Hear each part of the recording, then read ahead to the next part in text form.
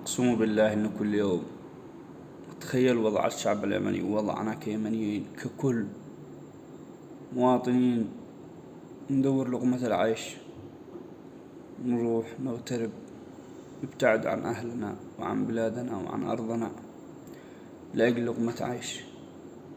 والمسؤولين يديرون البلاد، ما يديروا ولا شيء، بس يأخذوا ثروات البلاد وهم في الفنادق في الدول الخارجية، يعني خارج الوطن، ويأكلوا ثروات الوطن.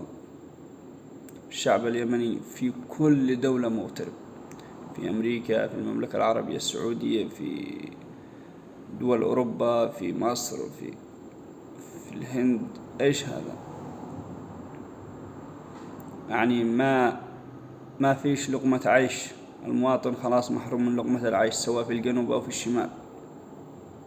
غلاء في الجنوب، غلاء أسعار لا يعني خارج طاقة المواطن العادي البسيط.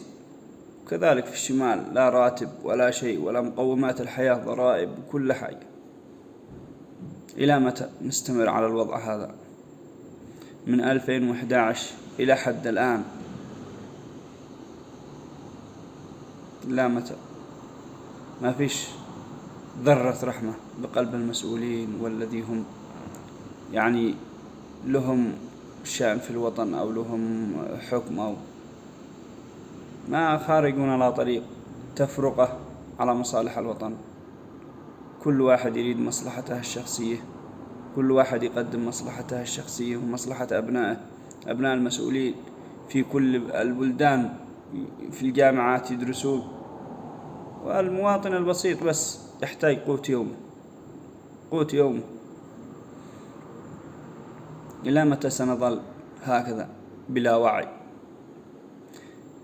يعني حتى الرأي العام ما تستطيع تتكلم، تخاف على نفسك، تخاف على أهلك، ما تستطيع تقول شيء. حسبنا الله ونعم الوكيل. نسأل الله العظيم أن يرينا فيهم يوما أسودا كيوم عاد وثمود، الذي يعني متخاصمين على ثروات اليمن.